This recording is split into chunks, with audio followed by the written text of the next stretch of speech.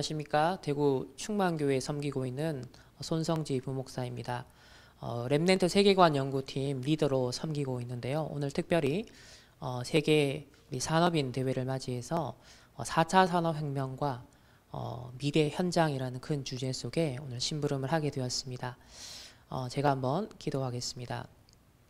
하나님, 전국 세계 이 한 시대 복음 전도 운동, 선교 렘넌트 운동을 위하여 귀한 산업인, 중직자, 전도자 렘넌트를 불러주시니 감사합니다. 특별히 무르익어가는 4차 산업혁명 시대를 전도자의 눈으로 분별하며 위기인 것 같으나 세계 복음화 237을 살리는 절호의 기회인 것을 볼 수 있는 영안을 열어 주옵소서. 오늘도 약속하신 성령의 충만함을 함께 누리는 모든 전도자들로 인도하여 주옵소서. 감사드리며 살아계신 예수 그리스도 이름으로 기도합니다. 아멘.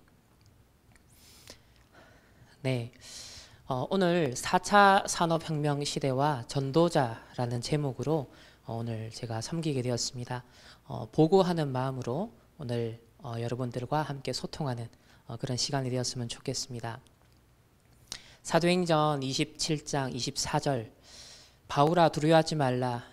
네가 가이사 앞에 서야겠고 또 하나님께서 너와 함께 항해하는 자를 다 내게 주셨다 하였으니, 바울의 중요한 정말 언약을 보여주고 있고 그 여정을 보여주는데요. 전도자 류 목사님께서도 가장 중요하게 붙잡고 있는 언약을 하셨습니다. 이 시대에 4차 산업혁명 시대를 맞이하면서 정말 한편으로는 두려운 마음도 들고 예측 불허의 미래 상황에 당황할 수 있는 그런 앞으로 시간표도 있을 것 같습니다. 하지만 그것을 우리는 전도자의 관점에서 언약의 여정으로 함께 인도받는 중에 함께 항해하는 자를 다 우리에게 주신다라는 약속을 붙잡고 4차 산업혁명 시대에 따른 후유증을 정말 대비하면서 전도자로서의 우리의 본질적인 정체성을 가지고 승리할 수 있는 언약의 여정이 되기를 소망합니다. 4차 산업혁명에 따른 산업별 융합의 변화가 많이 일어납니다. 오늘 이 자리에 저는 우리 귀한 중직자 또 산업인 우리 렘넌트들과 전도자들에게 이 전문 영역에 있는 어떤 전문인으로서 하는 얘기가 아니라 목회자로서 또 전도자로서 우리 렘넌트 사역자로서 이 4차 산업이라는 이 변화는 특정 분야에만 해당되는 것이 아니라 전 세계 또 전 분야, 전 영역, 전 계층에게 영향을 미치기 때문에 전도자로서 렘넌트 사역자로서 또 이것을 어떻게 봐야 될 것인지를 또 기도하는 마음으로 오늘 이 자리에 섰습니다. 그렇기 때문에 전도자로서의 초점을 가지고 함께 나눠야겠는데요. 전도자라는 것은 목사나 또 우리 선교사님이나 여기에 국한된 것이 아니라 우리 모든 산업인들, 렘넌트들, 이 시대에 부름받은 저와 여러분 모두가 이 시대의 전도자로 부름받았습니다. 그렇다면 이 4차 산업혁명 시대에 정말 거대한 쓰나미와 같은 흐름을 과연 어디에 초점을 두고 우리는 인도를 받고 준비해야 될까요? 4차 산업혁명과 미래 현장의 흐름은 사실 어느 누구도 정확히 알 수 없습니다. 오직 하나님만 아시겠죠. 4차 산업혁명은 매우 융합적이고 총체적이면서 기하급수적인 어떤 기술적인 발전을 이루고 있기 때문에 중요한 것은 지금도 현재 진행형이라는 겁니다. 그렇다면 우리는 그 뿌리가 뭐냐, 본질이 무엇이냐, 그것을 볼 수 있어야겠죠. 역사를 잊은 민족에게 미래는 없습니다. 역사 의식이 없는 사람은 지금 자신이 어느 지점에 서 있는지 또 어디로 가야 할지 모른다. 유명한 역사학자 아놀드 토인비가 한 말인데요.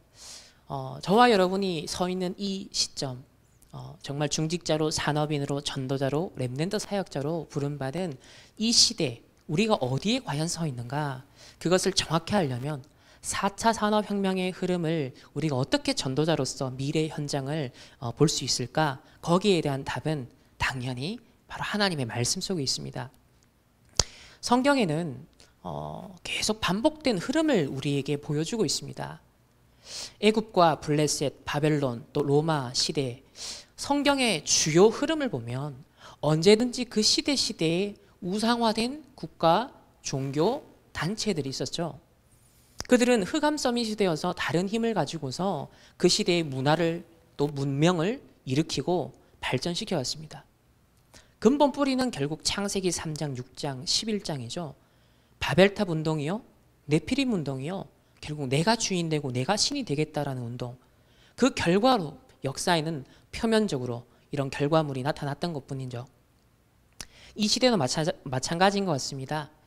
3단체 메이슨 운동이 일어나고 있고 그 뿌리 속에서 결국 창세기 3장, 6장, 11장을 현대화하는, 전세계화하는, 문화화하는, 그리고 개인을 파고들고 있는 이 흐름이 일어나는 중에 이 4차 산업혁명이라는 것이 사실 나오게 된 거죠.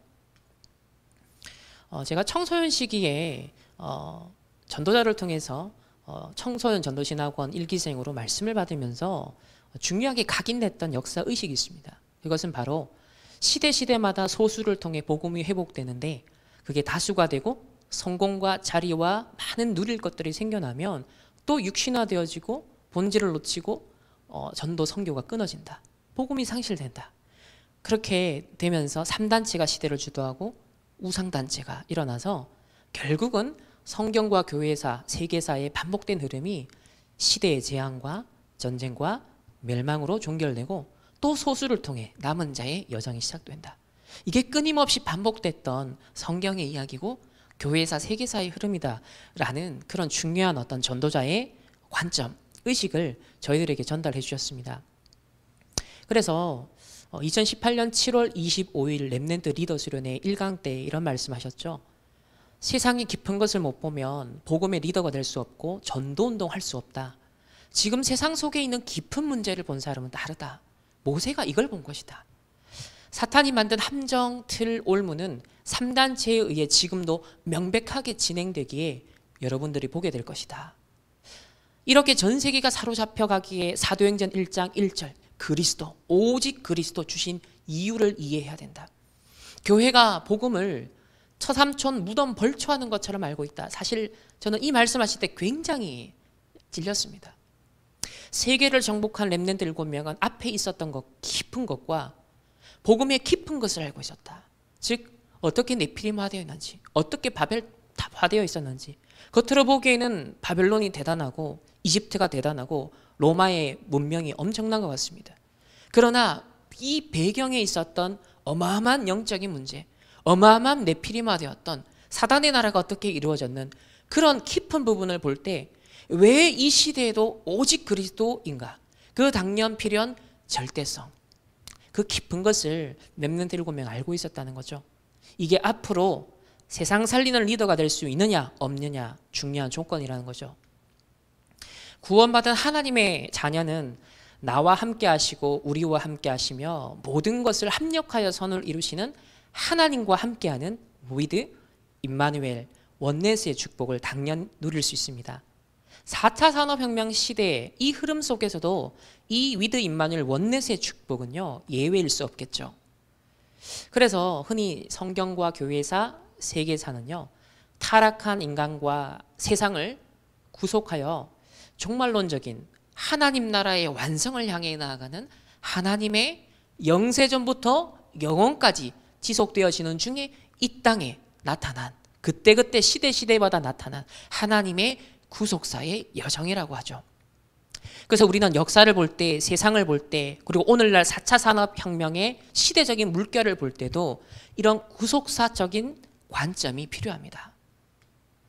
구속사 여정의 모든 과정은 그 개인이든 단체든 시대든 국가든 각각 독립된 사건이 아니라 하나님의 예정된 구속사에 포함된 연속성이 있는 하나님의 구원 드라마이자 복음의 언약을 성취하는 여정입니다. 따라서 전체 과정을 일관된 언약의 관점으로 봐야 되죠. 이 눈으로 모든 현상을 해석하고 판단하며 행동의 방향성을 찾아야겠습니다.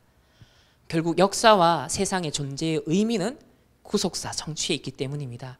그렇다고 할 때 4차 산업혁명 시대도 이 관점의 연장선상에서 우리는 분별할 수 있어야겠습니다.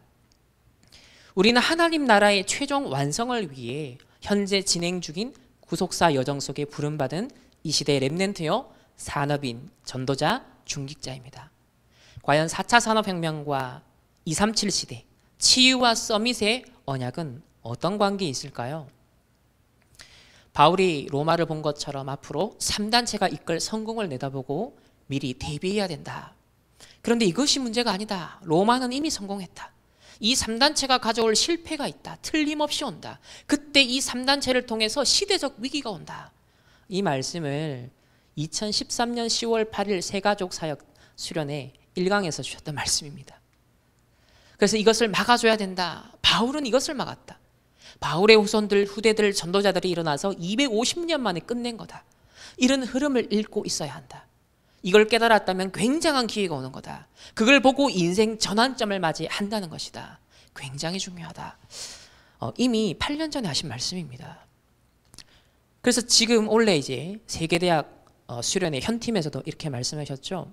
지금 알아야 될 중요한 부분은 앞으로 3가지 후유증이 온다.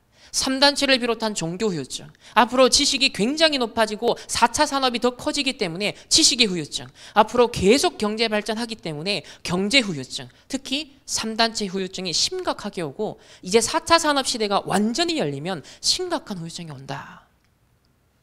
그렇기 때문에 전도자로서 우리는 언제든지 현실, 사실을 분별하고 진실을 봐야 되겠죠. 더 중요한 본질은 영적 사실을 볼 수 있어야 됩니다. 이것이 전도자만이 볼 수 있는 본질입니다. 더 큰 하나님의 절대 계획. 그래서 우리는 주권적인 하나님의 절대 계획 속에 있는, 하나님의 주권 속에 있는 하나님의 이 절대 계획을 보면서 또 현실과 사실과 진실을 헤아릴 수 있는 객관적인 요소를 최대한 우리가 참고하고 확보하되 그 중간에, 그 사이 어느 지점에서 결국 전도자로서의 생각과 판단과 행동이 나오는 전도자의 관점이 정립이 돼야겠죠. 4차 산업이라는 것도 결국은 이러한 요소들이 고려되는 것 속에서 우리의 관점이 형성돼야 될 것 같습니다. 그래서 이번 세계대학 수련회 때 1강에서 이런 말씀 주셨습니다. 영적 서밋은 세계관을 3가지를 볼 수 있어야 된다. 저는 굉장히 답이 되었던 말씀인데요. 세상 나라는 의식주만 보고 있다. 육신의 것만 본다는 거죠. 그러나 전도자는 사단의 나라, 어떻게 영적으로 네피림 바벨탑 운동이 일어나고 있는지, 어떻게 세상에 많은 영적 문제, 정신 문제 일어날 수밖에 없는지 그 배경과 조건들, 흐름을 보라는 겁니다. 그게 역사 공부의 이유고 연구의 이유고 오늘 우리 렘넌트들 학업에 공부하는 이유가 되는 것이죠. 그러면 세상에서는 대안이 없습니다. 하나님이 우리에게 주신 이 복음, 오직 그리스도, 오직 하나님 나라, 오직 성령 충만이라는 이 완전한 복음의 비밀을 가지고 이 사단의 나라의 흐름을 하나님의 나라로 전환할 수 있는, 완전히 바꿀 수 있는 이 비밀을 우리에게 주셨다. 그래서 세상 나라, 사단의 나라, 하나님의 나라는 이 3가지 측면을 동시에 보는 영적 서밋의 세계관에 대해서 말씀을 주시는데요. 저는 굉장히 답이 되더라고요. 그래서 4차 산업혁명을 볼 때도 이 3가지 측면에서 정리가 가능하다라는 생각이 들었습니다. 첫 번째 측면은 바로 세상 나라에 일반적으로 표면적으로 나타나는 그런 객관적인 흐름을 한번 보겠습니다. 2016년이었죠. 다보스 포럼 회장 클라우스 슈밥이 유대인인데요. 그가 이렇게 선언했었습니다. 4차 산업혁명의 쓰나미가 몰려오고 있다. 4차 산업혁명은 우리 삶 속에서 모든 걸 바꿀 것이다. 이 변화를 받아들이는 사람과 변화를 거부하는 사람 간의 격차가 발생할 것이다 라고 굉장히 강하게 선언을 했었습니다. 자, 2016년 1월 바로 이때로부터 진짜 쓰나미가 들이닥치기 시작했는데요. 그러니까 도대체 다보스 포럼의 의제가 4차 산업혁명의 이해, 도대체 4차 산업혁명이 뭐냐, 이제 막 언론에서 막 보도를 하고 신문사 여러 군데서 이제 이슈가 되기 시작한 거죠. 뜨거운 감자가 되기 시작했습니다. 그런 가운데 저와 여러분에게 가장 피부에 와닿았던 하나의 이벤트가 뭐였습니까? 바로 이세돌 씨와 알파고의 대국이었습니다. 이때 참패하고 말았죠. 그래서 결국 인간의 어떤 최고의 지능을, 정말 이 바둑하는 이 기사가 천재적인 지능을 사실 발휘하는데 그 경험치를 2살짜리 인공지능이 깨워버린 겁니다. 5,000년 인간 바둑의 역사를 넘었다라고 표현을 하는데요. 저는 이걸 보면서 굉장히 인공지능이 이 정도까지 발전되었다라는 것을 입증하려는 그런 4차 산업혁명의 주류들이, 그런 어떤 흐름을 만드는 세력들이 어떤 인증용 마루타로 이 인공지능을 인증하는 마루타로 이 이세돌 씨가 인류를 대표하여서 이렇게 섰던 자리가 아닌가. 참 씁쓸하더라고요. 아니나 다를까 결국 은퇴하고 말았죠. 그리고 은퇴할 때 AI 화가가 그린 초상화를 전달받습니다. 웃고 있는 모습이지만 저는 굉장히 뭐랄까요, 마치 한 분야의 최고 서밋, 그 전문인의 인생, 그 생명이 끝났다. 그런 뭔가의 참 씁쓸한 어떤 감정을 느낄 수 있었던 그런 장면이었습니다. 이때 이후로입니다. 이제 모든 영역에서 우리나라도 이제 4차 산업에 대한 각성이 일어나죠. 그러니까 4차 산업 어떻게 하면 생존하냐? 어떻게 하면 살아남지? 어떻게 하면 경쟁력을 갖출 수 있을까? 이 초점을 맞춰서 막 온갖 종류의 프로그램들, 뭐 세미나들, 각 전문인들이 이제 뭐 책도 쓰고 영상도 만들고 각종 특강들도 막 TV에 많이 나왔었죠. 이제는 국가 아예 정책적으로 급속도로 이 4차 산업 이 흐름에 대비해서 이제는 아예 그냥 미래의 산업의 방향이 세팅이 되고 많은 투자가 일어나고 있는 그런 시점이죠. 그래서 지금 막 주식 열풍인데 이런 주식의 흐름만 보더라도 상당히 4차 산업, 결국 미래를 선도할 수밖에 없는 이런 산업군에 결국은 중장기적인 그런 투자가 이루어질 수밖에 없는 그런 흐름들을 보게 되어집니다. 유튜브에 들어가셔서 4차 산업혁명 치시면요, 굉장히 많은 자료가 나옵니다. 이미 2016년부터 약 5년 동안 축적된 자료가 너무 많아요. 그 중에 아주 뭐 좋은 다큐멘터리도 많기 때문에 또 전문인들의 그런 어떤 각 분야별 그런 많은 얘기들을 들을 수 있기 때문에 그런 것도 또 우리 랩런트들 인턴십하는 차원에서 객관적인 세상의 나라의 흐름을 볼 때는 도움이 되는 것 같습니다. 그래서 지금 2008년과 2018년 이 10년 사이에 전 세계 특별히 이 미국을 중심으로 시가총액 상위 10개 기업이 완전 바뀌어버렸죠. 거의 뭡니까? 플랫폼 기업. 거의 인터넷 이것을 매개체로 하여서 하는 사업. 애플이라든지 알파벳, 아마존, 마이크로소프트, 텐센트, 페이스북 이런 최상위권에 있는 기업들이 완전 바뀌어버린 겁니다. 이런 시대적 변화가 도대체 무엇을 시사하는가? 세상에서 가장 가치 있는 기업 브랜드도 바뀌어버렸습니다. 이제는 애플, 구글, 마이크로소프트, 페이스북 이런 것들이 이제 최상위권을 점하고 있고요. 이런 페이스북, 애플, 마이크로소프트를 포함한 세계에서 가장 야심찬 이 기술 기업들은 모두 우리의 개인 비서가 되려고 경쟁하고 있습니다. 인공지능은 우리의 소중하고 개인적인 것들, 또 일정과 연락처, 사진과 문서들을 모아 보관하고 그것을 빅데이터로 클라우드에 저장을 하고 있죠. 특별히 이 코로나19 팬데믹 상황이 장기화되면서 이제 언컨택트 환경이 가속화, 문화화되고 클라우드에 대한 의존도가 더욱 높아지게 되었죠. 그러다 보니까 글로벌 기술 기업들의 성장과 그 영향력이 기하급수적으로 증대될 것이라 라고 예상을 했는데 지금 그것이 현실이 되고 있습니다. 이 코로나 팬데믹 상황이 언제 끝날지 아직 확신할 수 없는 상황에서 이 4차 산업혁명 시대가 거의 한 5년에서 길게는 10년까지도 앞당겨졌다. 굉장히 빠르게 가속화된다라고 전문가들도 얘기를 하더라고요. 정말 이 시대 흐름이 좀 충격적이었던 건 이 아마존의 베이조스가요 15분 만에 15조 6천억을 벌었어요. 이게 이제 특별히 코로나라는 특별한 상황에서 이제 일어났던 순간적인 어떤 현상이긴 하지만 굉장히 수조 원들이 심지어 10조가 넘는 이런 금액들이 어마어마한 흐름들이 이런 4차 산업과 관련된 그런 플랫폼과 관련된 기업들에 의해서 좌지우지되고 흘러들어가고 있는 그런 지금 시대의 경제적 변화를 우리가 목격하게 됩니다. 이제 디지털 기반의 비대면 기술을 적용한 구조적인 혁신과 변화가 급속도로 이루어지고 있습니다. 포스트 코로나 시대의 대응 역량을 강화하기 위한 노력으로 이제는 4차 산업혁명 시대를 더욱 가속화시키고 있죠. 그런 중에 이 4차 산업혁명 시대가 이슈가 되면서 계속 논쟁거리가 있습니다.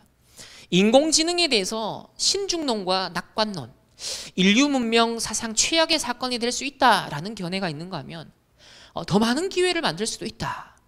또 AI 경쟁이 앞으로 3차 대전을 일으킬 수도 있다. 이게 제가 한 얘기가 아니라 앨런 머스크가 한 얘기입니다. 마크 저커버그는 AI의 미래에 대해서 매우 낙관적이다.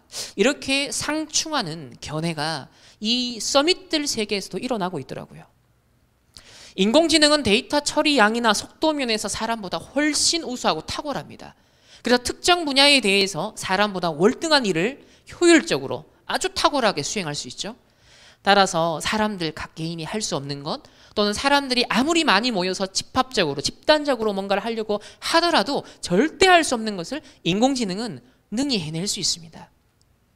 인공지능은 그동안 사람들이 늘 신경을 쓰고 주의를 집중해서 하던 일들을 대신 수행하므로 사람들이 여가를 갖거나 다른 중요한 일에 시간과 에너지를 쓸 수 있게 해주죠. 가령 자율주행 기술이 앞으로 완성된다면, 보편화된다면 장거리 갈 때 힘들게 운전하지 않고 쉬거나 일을 하면서 이동할 수 있겠죠.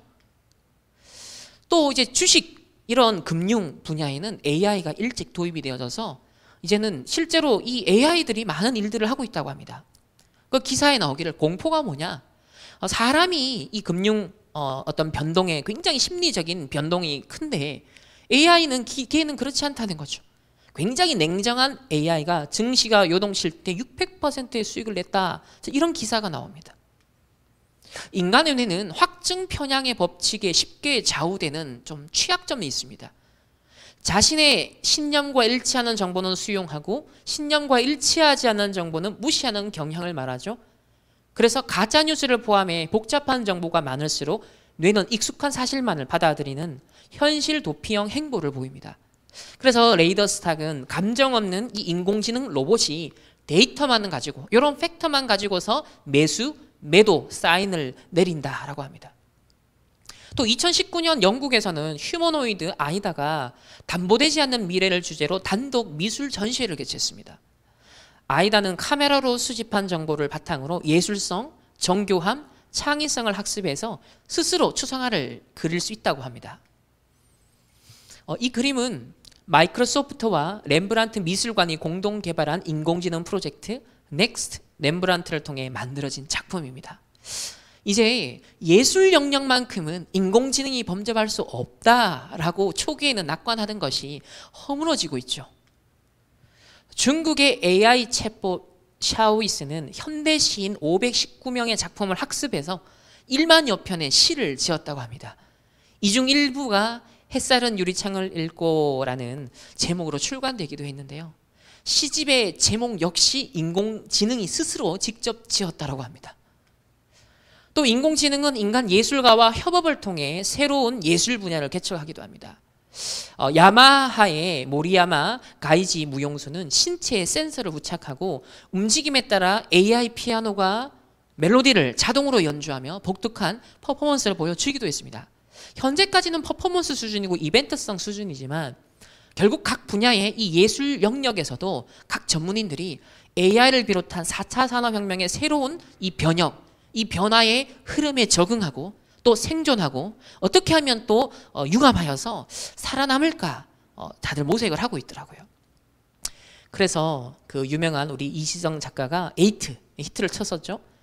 대체당할 거냐 지배할 것이냐, 당신은 무엇을 준비할 것이냐, 또 무엇을 하고 있는가, 과감하게 질문을 던졌습니다. 그래서 이 사람이 이분이 이런 얘기를 했죠. 디지털 차단해라. 나만의 평생 유치원을 설립해라. 노잉을 버리고 비잉, 두잉을 해라. 생각의 전환, 디자인 싱킹을 하라. 또 인간의 고유 능력을 일깨우는 무기, 철학을 하라.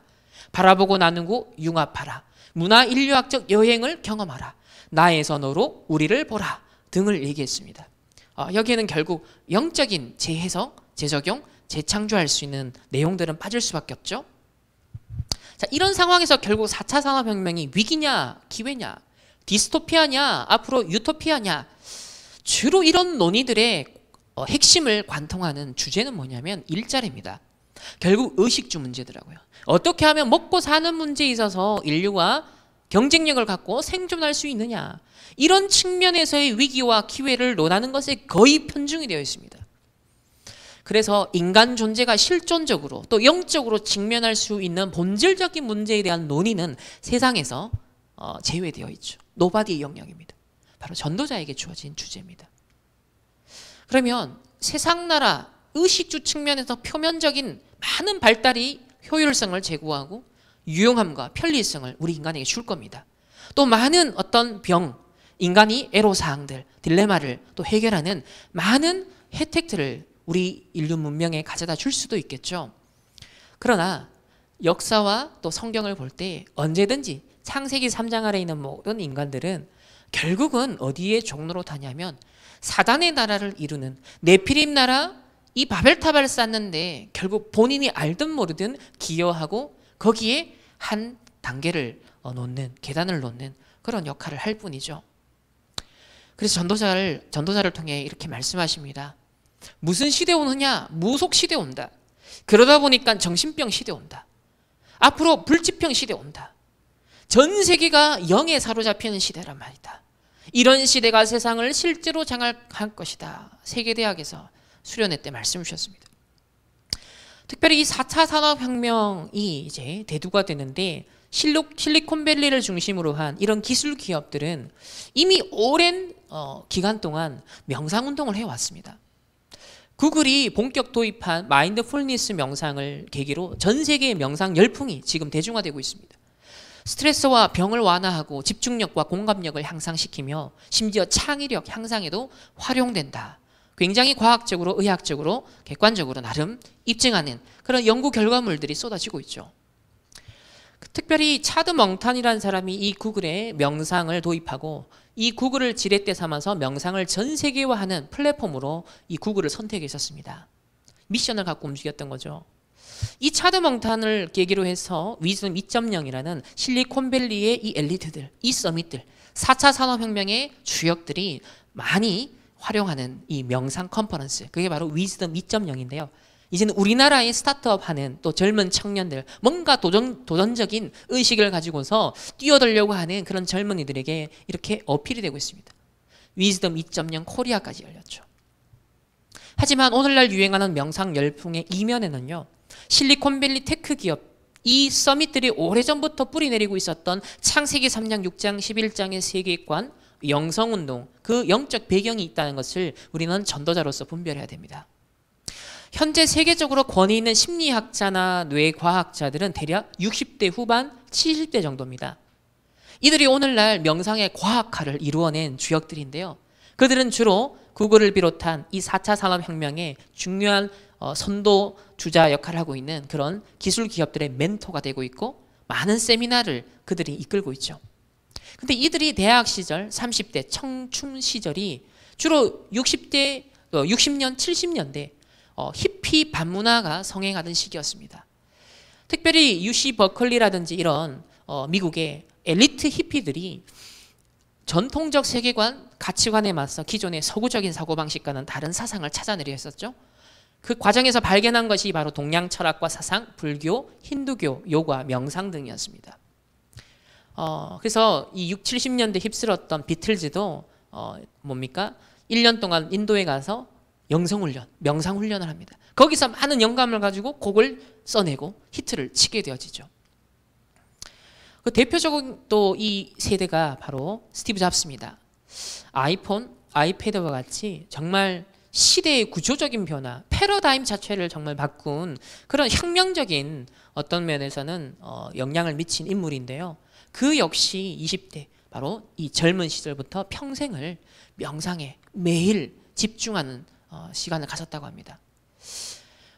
이 마이크로소프트를 창업하고 지금은 이제 은퇴를 해서 많은 자선 사업을 하고 있는 빌 게이츠 역시 최근에 명상에 대해 깊은 이해를 하게 됐다. 이전부터도 생각 주관이라고 그래서 나름 집중하는 비밀이 있었던 사람인데요. 이제는 일주일에 두세 차례 10분씩 명상을 한다. 하루에 몇 분을 떼어내 머릿속의 생각들에 집중하는 법을 연습한다. 근육을 단련하는 것처럼 명상은 마음 운동이다. 근데 이렇게 빌 게이츠가 명상에 관심을 갖게 된 계기가 바로 유발 하라리의 책 21세기를 위한 21가지 제언입니다. 결국 이 21가지 제언의 가장 핵심 포인트 중에 하나가 명상을 하는 거였습니다. 그 논지는 뭐냐면 인간의 마음은 항상 걱정한다는 거예요. 필연적이라는 거예요. 다양한 이유가 있죠. 결국 창세기 3장, 6장, 11장 때문이지만, 그래서 이러한 공포에 맞설 유용한 수단이 필요한데 21세기의 삶은 정말 그야말로 혼돈공허 흑암의 시대이기 때문에 이런 마음을 챙기는 명상이 요구된다라고 하라리는 강조합니다. 그는 24살이던 2000년 처음으로 열흘 10일 동안 명상 수련을 한 뒤 자기가 이때까지 알게 된 것이, 그때까지 살면서 그 당시 알았던 것이, 그러니까 그때까지 살면서 배운 것보다 더 많았다라고 말합니다. 그 10일 동안 집중하는 데서 얻는 영감, 지혜, 통찰력이 탁월했다는 거죠. 결국 명상을 통해 얻은 집중력과 명정함이 없었더라면 사피엔스, 호모데우스, 정말 전 세계를 지금 거의 10년 가까이 몇 년 동안 히트를 치고 정말 웬만하면은 거의 지성인이다 라고 하면 거의 봤던 책 사피엔스, 그 다음이 호모데우스, 이런 책을 쓰지 못했을 거다라고 합니다. 지금도 매일 2시간씩 명상을 하는 나름의 서밋 타임을 가지고 있어요. 매년 한두 달 정도는 명상 수련을 아주 집중적으로 한다. 이번 주 우리 본부 말씀에서 안식년과 희년에 대한 말씀 주셨죠. 가나안 정복을 앞두고 너무나 중요한 시대의 시간표를 앞두고서 뭐예요? 이때까지 받은 은혜를 아주 집중적으로 내건 만드는 시스템 준비해라. 이 유발 하라리는 그 시스템을 갖고 있더라고요. 이 시대를 움직이고 있는 시대의 정신을 이끄는 이런 사람들은 나름의 영적인 집중하는 비밀이 있다는 겁니다. 이제는 이 실리콘밸리의 많은 엘리트들과 또 전 세계 문화 예술 각 분야의 서밋들이 매년 9월 첫 주가 되면 이 미국의 네바다주의 사막에 모여서 버닝맨 축제라는 걸 하는데요. 거의 일주일 동안 한다고 합니다. 나름의 교제, 교류가 일어나고 각종 색다른 체험, 전시 이런 것들이 일어납니다. 섹스와 마약 기본이고요. 그런 가운데 명상, 영성활동, 영성운동 이런 것들이 많이 일어납니다. 불을 훔친 사람들이란 책을 보시면 이 4차 산업혁명과 관련된 실리콘밸리 어떤 서밋들이 지금 어떠한 영성의 색깔을 형성해 가고 있는지를 보여주는데요. 이제 심리학, 신경생리학, 양리학, 기술력 이런 것들이 융합이 되어져서 인간이 절제할 수 있는 엑스터시, 절제된 마약을 통해서 어떤 엑스터시를 경험할 수 있는 그런 비밀들을 말하고 있습니다. 상당히 4차 산업의 주류 세력들이 이러한 불을 훔친 사람들이 현대판 프로메테우스가 되어가고 있더라고요. 그래서 이 사진에는 이제 실리콘밸리에 있는 이런 엘리트들이 클럽을 만들어서 주기적으로 명상 어떻게 나름대로 교제를 하고 또 나누면서 명상을 하는지, 이제는 기계적인 장치까지 활용해서 이들이 명상을 하고 계속 명상하는 영성운동이 진화해 가고 있습니다. 특별히 이 4차 산업혁명의 어떤 영적, 정신적 배경을 살펴봄에 있어서 우리 스튜어트 브랜드라는 사람을 꼭 기억할 필요가 있는데요. 1960년대 초 한창 이제 히피 운동, 반문화 운동이 거세게 일어날 그 시대입니다. LSD, 환각제 복용자들의 리더로 추앙받았던, 그래서 이제 마약 축제라든지 환각 파티라든지 이런 걸 많이 주최하고 기획했던 사람인데요. 이 스튜어트 브랜드는 홀 얼스 카탈로그를 발간한 인물입니다. 이 매거진은 스티브 잡스가 자신의 세대에 바로 바이블이라고 했던, 자신의 젊은 시절에 자기에게 영감을 준 책으로 유명한데요. 히피 세대에게 영감을 준 이 홀얼스 카탈로그의 세계관은 그 서문에 잘 표현되어 있습니다. 직접 인용하자면 우리는 신과 다름없으며 그 역할을 제대로 수행해야 한다. 지금까지 기존의 질서를 할 수 있는 정부나 대기업, 공교육, 교회를 통해 이루어졌던 권력과 그 모든 영광을 모두 따져보아도 실제로 얻은 것보다는 폐해, 결점, 그림자가 더 많았다라는 거예요. 그런 딜레마에 맞서고 그 성과를 활용하려면 친밀하고 개인적인 힘의 영역이 발전되어야 된다. 그러니까 굉장히 어떤 개인의 영성, 개인의 정신적인 힘, 결국 한 개개인이 신이다라고 아까 선언했죠. 그 힘은 개인이 스스로 교육을 직접 주도하고 자기만의 영감을 발견하고 자기를 둘러싼 환경을 직접 만들고 모험을 원하는 사람들과 공유하는 힘이다. 자, 6, 70년대의 시대 정신을 주도했던 하나의 매거진인데요. 결국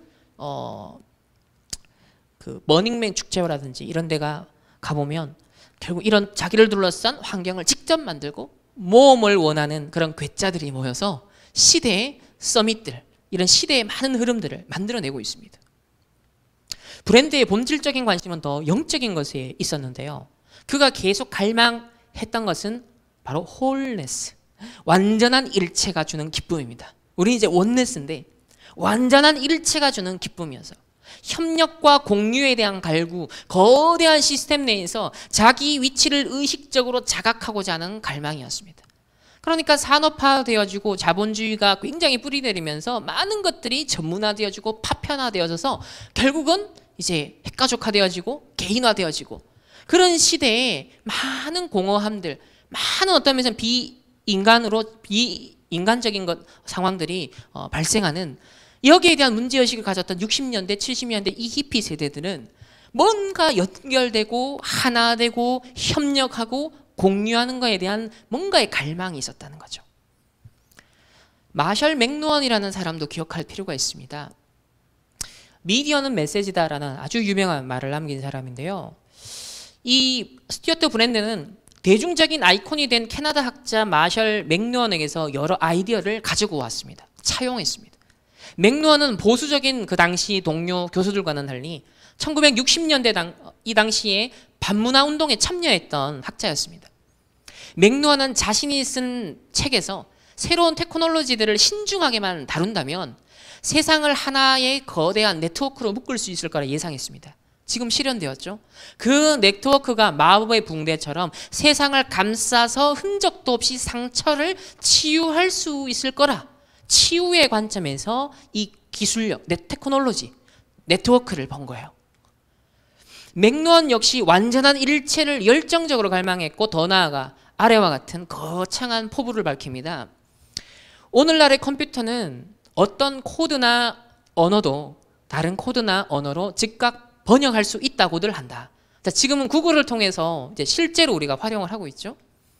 즉 테크놀로지는 보편적 이해와 통합이라는 오순절의 상황을 만들어낼 수 있다는 거다. 여러분 이 오순절을 가지고 와서 지금 쓰고 있습니다. 오순절이 뭡니까? 15나라에서 언어가 서로 소통되지 않는, 그런데 성령의 임함으로 초월적으로 언어가 소통되어지고, 그죠?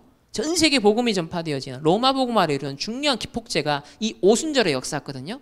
그런데 이 기술력을 바라보는 이 맥루언의 관점은 그것이 마치 오순절과 같다는 거죠.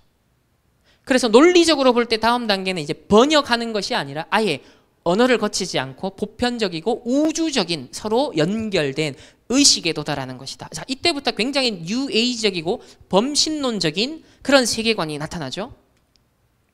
그 우주적인 의식은 20세기 프랑스 철학자 앙리 베르거송이 꿈꿨던 집단 무의식과 아주 흡사할 것이다. 영원한 삶, 영원한 평화 등을 언급을 했던 이 맥루언의 말 속에 정치적인 예언을 넘어서 종교적인 분위기를 굉장히 많이 느낄 수 있습니다. 특별히 이 4차 산업혁명과 관련해서 아주 직접적으로 현재에도 그리고 앞으로도 우리가 주목해야 될 한 인물을 꼽으라면 레이 커즈와이를 꼽을 수 있겠죠. 인공지능에 대한 관점은 약한 인공지능과 강한 인공지능 이 두 가지 어떤 면에서 관점에서 대두가 되고 있습니다. 이 레이 커즈와이는 굉장히 강한 인공지능에 대한 낙관적인 견해를 가지고 있는 유대인인데요. 인공지능 개발을 위해서 거의 종교적 차원에서 추구하는 사람들도 상당수 있습니다. 이들이 바로 이 새로운 시대의 서막을 알리고 이 4차 산업혁명을 주도하는 어떤 중심에 선 그런 인물들인데요. 그래서 종교 인류학자 로베르트 제라치는 이렇게 말합니다. 종말론적 이 인공지능을 연구해 보니까 기술 연구하는 것과 종교적인 카테고리가 놀라울 정도로 정교하게 일치한다는 거예요. 그러니까 이 테크놀로지에 대해서 기술에 대한 태도가 보통 일반인들이 대하는 태도하고 이것을 시작하고 주도하고 그리고 이끌어가고 있는 어떤 그런 서밋들은 관점이 다르다는 겁니다. 굉장히 접근하는 방법도 다르다는 거죠. 그래서 이런 부류들에게 마치 대제사장과 같은 인물이 커즈와일입니다. 뛰어난 설명력으로 영리하게 또 아이디어를 대중화하는 탁월성을 자랑하는데요. 2011년부터 구글의 엔지니어링을 총괄하고 있습니다. 커즈와일은 강한 인공지능을 철저하게 신봉하면서 그것이 지상 천국을 만들어낼 것이다 기대합니다. 이렇게 탄생할 지상 천국을 가리켜서 그는 특이점이라고 지칭을 했는데요.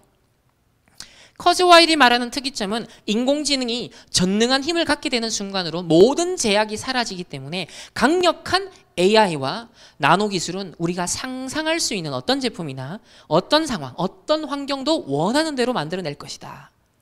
한편 이런 강한 낙관주의를 가지고 있는 커즈와일, 그의 인생의 배경에는 역으로 그를 공포에 빠뜨리고 굉장히 두려움에 빠뜨리는 트라우마가 있습니다. 상처가 있습니다. 홀로코스트의 생존자였던 그의 아버지가 인생 역경으로 결국 몸이 상했고 58세 갑작스러운 심장마비로 세상을 떠납니다. 미래에 대한 황홀한 이 커즈와일의 비전은 역설적이게도 바로 홀로코스트의 끔찍한 재앙으로부터 태동한 것이었던 거죠. 아버지의 죽음은 그의 뇌리에서 떠나지 않았고 계속 그에게 시달림이었습니다. 이런저런 생각을 하다가 늘 죽음을 떠올리게 되어지면 견딜 수 없이 깊은 슬픔과 외로움에 빠져들었다라고 그는 말합니다. 하지만 커즈와일은 이 죽음 문제 역시 기술력으로 엔지니어링으로 해결할 수 있다라고 장담을 하는데요. 그래서 흔히 2045년 특이점 때까지 자기가 살 수 있다면 영원히 어떤 면에서는 불사영생까지도 꿈꾸는 거죠. 그래서 비타민과 영양 보충제, 효소와 같은 알약을 매일 3번에 나눠서 우리 정식이도 3번인데 3번에 나눠서 150알의 약을 매일 복용합니다. 주사도 정기적으로 맞으면서 어찌하든지 자기의 생명을 연장하려고 합니다. 그래서 실제 나이에 비해서 상당히 젊게 나온다고 해요. 1년에 이 약값 충당하는 데만 11억을 쓰고 있는 사람입니다. 죽음의 공포, 죽음의 두려움, 홀로코스트의 그 상처와 트라우마, 이런 것 속에서 사실은 이 사람이 계속 추구하는 중에 결국 50년 동안 연구하게 된 것이 인공지능인데, 오늘날 이 구글 이세돌과의 이 알파고의 대국, 이런 모든 이벤트의 배경에 누가 있었다? 바로 이 커즈와일이라는 인물이 있었던 거죠. 그의 도전은 계속되어지고 있는데요. 특별히 홀로코스트에서 생존한 커즈와일의 부모님은 지성적인 예술가였습니다. 그래서 아들이 더 세속적이고 더 편협하지 않은 어떤 종교적 교육을 받길 원하면서 그의 영혼의 교육, 종교적 교육은 이제 유대교회에 한정되지 않고 유니테리언 교회에서 이루어집니다. 이 유니테리언이라는 것은 18, 19세기 미국에 뿌리를 내리면서 특별히 이신론자들, 하나님의 역사적 섭리를 인정하지 않는, 특별히 프리메이슨들이 상당히 많이 이 이신론자들이었고 유니테리언이었는데, 유니테리언 교회에서 종교적 교육을 받게 되어집니다. 하버드 대학이 바로 이 미국에서는 유니테리언의 중심지가 되어 있는 현장인데요. 어떻게 교육을 받았느냐? 우리는 6개월간 한 종교를 연구하고 돌아가면서 이제 종교를 연구하는 겁니다. 예배 의식을 참가하고 경전을 읽고 종교 지도자들과 대화를 나누고 다른 종교로 넘어간다는 거예요. 그러니까 주제는 진리로 가는 여러 갈래의 길이 있다. 종교 다원주의. 그래서 종교 통합주의, 이런 것들이 사실은 이런 생각을 가지고 있는 사람들에 의해서 곳곳에서 뭡니까? 점점 수렴이 되고 있고 흐름들이 모아져서 결국 앞으로 시대가 그 흐름으로 갈 수밖에 없게 되는 거죠. 그래서 물론 종교 간에 첨예하게 모순되는 부분도 있지만 세계의 종교적 전통 사이에 많은 유사성이 있다는 걸 나는 알게 되었다. 기본적인 진실은 외관상의 모순을 초월한 만큼 충분히 심오하다는 것도 깨닫게 되었다. 그러니까 다양한 것 같으나 그걸 관통하는 뭔가 종교적인 통일성이 있다는 걸 깨달았다는 거예요. 사실 이런 관점은 프리메이슨이, 특히 현대 프리메이슨이 1717년부터 지금까지 견지하고 있는 관점과 동일한데요. 프리메이슨들 중에서도 교육자들, 교수들이 모여서 세미나 또 어떤 학술적인 발표를 하는 모임이 있다고 합니다. 거기서 어느 한 사람이 신에 대한 새로운 관점과 종교 간의 조화를 위한 탐구라는 글을 발표합니다. 내면에서 신성의 원천을 찾아볼 수 있기 때문에 더 이상 외부에서 신을 창조할 필요가 없다.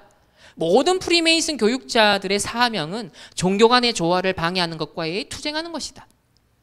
프리메이슨은 모든 종교들의 본질적 통일성을 인식하고 있기 때문에 종교적인 증오와 의심을 야기시킨 깊은 상처를 치료하는데 공헌할 수 있고, 전쟁과 살생을 야기하는 오해의 간격을 총체적으로 제거할 수 있는 잠재적인 피스메이커, 다리 역할을 감당할 수 있다. 이것이 18세기부터 프리메이슨이 현재까지도 견지하고 있는 아주 중요한 사상, 세계관인데요. 이러한 동일한 관점이 이 레이 커즈와일에게도 종교 교육에 있어서, 그의 종교관에 있어서는 일맥상통하고 있다는 부분입니다. 자, 그렇다면 이렇게 일반 나라를 관통하여서 그 이면에 있는 사단의 나라, 네피림의 나라가 어떻게 구축되어 가는가, 어떤 영성운동을 하고 있고, 어떻게 창세기 3장, 6장, 11장의 생각 속에, 또 어떠한 상처 속에, 어떠한 트라우마 속에 그런 것들이 함께 모여져서 이런 4차 산업혁명의 흐름들이 사실은 태동이 되어져서 지금은 이제는 터져서 일반인들에게, 우리에게 이제 와닿는 사건이 되고 있는데요. 그렇다면 이 흐름이 복음 가진 전도자들에게는 아주 세계복음화의 또 절호의 기회가 될 수 있다는 것, 하나님의 나라를 이룰 수 있는 중요한 전환점을 우리는 찾아내야겠습니다. 그래서 237 우리 치유와 서밋, 이게 아주 언약의 미래의 중요한 방향인데요. 237 시대라는 측면에서 한번 살펴볼까요? 현재 앨런 머스크를 통해서 전 세계의 인터넷 위성, 전 세계 아주 그냥 전 지구적으로 덮어버리겠다, 이런 스타링크 프로젝트가 현재 진행 중입니다. 그래서 목표가 42,000개의 소위성을 쏘겠다. 현재 이미 일부 올라가 있고요. 그래서 지구 오지에서 그 어떤 곳에서도 초고속 인터넷을 활용할 수 있게 만들겠다. 우리가 돈 들여서 구축하려면 도저히 불가능한 시스템을 지금 괴짜이면서 천재적인 이 앨런 머스크를 통하여서 현재 이 프로젝트가 진행 중에 있습니다. 구글에서도 지금 전 세계를 네트워크 하겠다. 그래서 누가 결국 빅데이터 시장을 선점하느냐, 여기에 따라서 결국 클라우드, 이 정보를 얼마만큼 확보하느냐에 따라서 비즈니스 모델, 또 컨텐츠, 많은 것들이 결정될 수밖에 없기 때문에 전략적으로 이 네트워크를 장악하는 지금 치열한 경쟁이 사실은 이 4차 산업혁명의 아주 핵심적인 지금 경쟁으로 지금 일어나고 있죠. 이제는 이제 5G가 상용화되어져서 이제 올해부터, 얼마 전부터는 이제 막 사람들이 많이 이제 이 시스템 속에 유입이 되기 시작했습니다. 그러면 이제 어느 시점이 되면 이 5G가 보편화되어지고 많이 깔리겠죠? 시스템이 아직까지는 시기상조이기라고는 하지만 그래도 많은 시스템이 앞으로 더 확충이 될 겁니다. 그럼 결국 4차 산업혁명 시대에 결국 우리 피부의 일반인들에게는 굉장히 편리한 것처럼 다가올 것은 사물 인터넷이다라고 하는데요. 그 사물 인터넷을 실제 가능케 하는 기반이 되는 것이 바로 5G라고 합니다. 그러니까 많은 것들이 뭐 인공지능이다, 많은 게 발전돼도 5G가 시스템으로 깔려지지 않으면 결국은 이게 아무 의미가 없게 되는 거죠. 그래서 이 5G와 관련된 많은 기업들에 대한 지금 투자들이 과감하게 엄청나게 지금 일어나고 있습니다. 4차 산업혁명의 주요 기술들이 집약되어 나타난 사회 경제적 변화 가운데 가장 주목할 만한 이슈 중 하나가 플랫폼 경쟁이죠. 플랫폼 비즈니스는 어떤 비즈니스 모델을 실행할 수 있는 온라인 플랫폼을 구축해 놓고 그 안에 많은 사용자를 끌어들여서 빠져나가지 못하게 하면서 사용자들로 하여금 수익을 최대한 뽑아내는 그런 유형의 비즈니스입니다. 사물 인터넷의 발전에 의한 변화도 굉장히 놀라운 수준이죠. 이제는 카톡, 페이스북, 인스타그램, 스카이프 등 시공간을 초월해서 긴밀한 소통이 가능한 것을 우리는 이제는 굉장히 당연하게 그냥 우리의 일상 속에서 활용을 하고 있습니다. 특별히 이 코로나19를 통해서 비대면, 우리 예배도 마찬가지고요, 각종 훈련도 마찬가지고요, 또 회의도 마찬가지고요. 이런 상황에서 이 줌이라는 어플이 굉장히 이제 떴었죠. 왜냐? 이 화상회의 굉장히 수준 있게 퀄리티 있게 진행할 수 있는 그런 어플이었기 때문입니다. 이렇게 전 세계가 네트워크화되어지고 237 나라 5,000개 미전도 종족까지도 앞으로는 이 스타링크라든지 이런 오지에서도 어디서든지 접속할 수 있는 지금 시스템들이 지금 준비되고 있다는 거죠. 그렇다면 프랑스 작가 라퐁테는 모든 길은 로마로 통한다라는 유명한 말을 남겼는데요. 로마 제국 전역의 간선도로 8만 5천 킬로와 지선도로 7만 킬로, 총 15만 5천 킬로미터에 이르는 도로가 각 도시와 수도 로마를 유기적으로 연결해 주었죠. 로마 제국의 영토가 오늘날 미국 영토의 80% 수준이었는데도 불구하고 이 미국의 간선도로의 총 연장 길이 8만 8천 킬로미터와 불과 3천 킬로미터밖에 차이가 안 납니다. 이렇게 준비된 도로를 통해서 바울을 비롯한 우리 초대교회 전도자들이, 제자들이 복음을 전파했죠. 그 길은 전쟁의 길이기도 했고 많은 우상이 퍼지고 흑암 문화가 번져 들어가는 재앙과 저주의 길이기도 했지만 동시에 전도자들을 보호하고 전도자들이 마음껏 효율적으로 전 로마 제국을 다니면서 250년 동안 로마를 복음화하는 중요한 길이 되었습니다. 이번 세계 우리 선교대회 때도 굉장히 감동적인 장면이 있었죠. 정말 전 세계가 이렇게 네트워크가 되어져서 이렇게 하나님의 은혜를 소통하고 원네스를 경험하고 중요한 언약의 여정을 함께 가고 있는 것을 우리가 상당히 느낄 수가 있었습니다.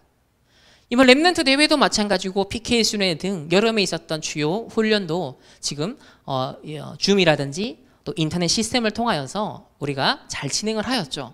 또 현재도 비대면 예배가 진행이 되고 있습니다. 자, 이 모든 것이 4차 산업혁명의 중요한 어떤 결과물들을 굉장히 긍정적인 측면에서 활용을 한 거죠. 그래서 237 시대에 중요한 이게 비즈니스로도 활용이 되고 또 그것이 많은 흑암의 문화를 또 퍼뜨리는 길이 될 수도 있지만 동시에 237 나라와 5천 미전도 종족 또 빈 곳을 정말 살릴 수 있는, 그래서 가상세계조차도 이제는 현장이 되어지는, 그 현장에도 교회가 세워져야 되는 중요한 시대적 시간표를 우리는 맞이하고 있습니다. 그런 가운데 우리 전도자가 정말 봐야 된 중요한 지점이 바로 치유의 현장인데요. 이 4차 산업혁명의 중요한 흐름들은 결국 치유가 더 부각될 수밖에 없는, 치유를 요구하는 그런 시대가 되어질 겁니다.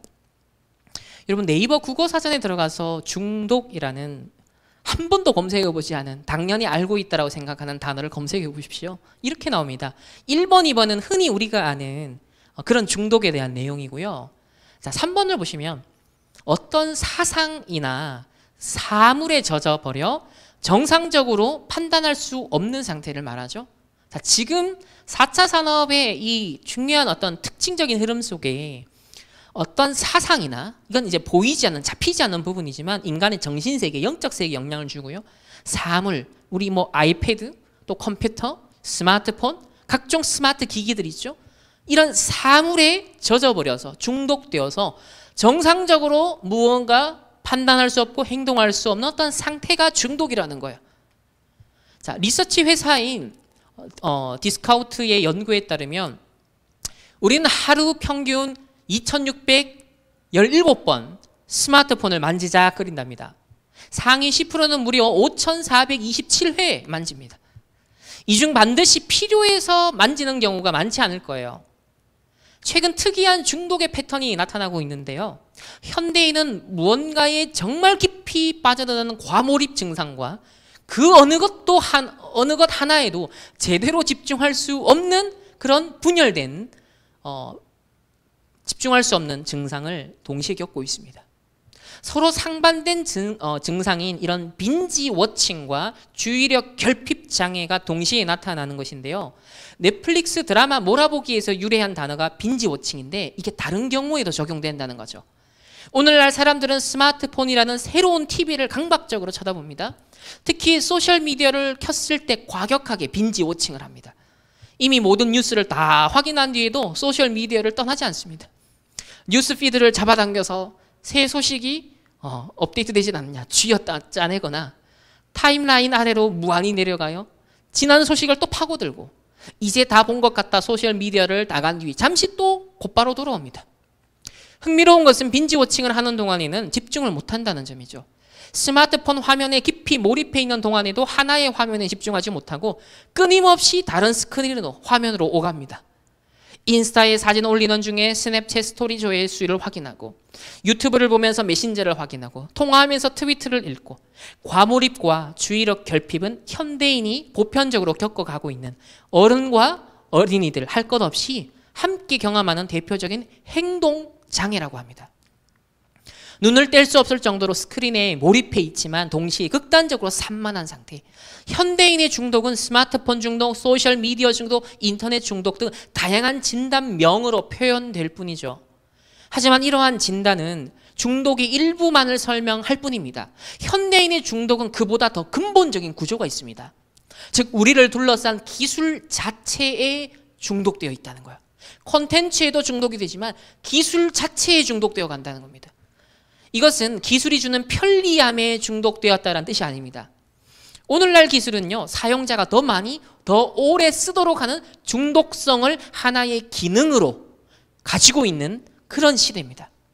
우리는 중독적인 기술에 사로잡히는 거죠.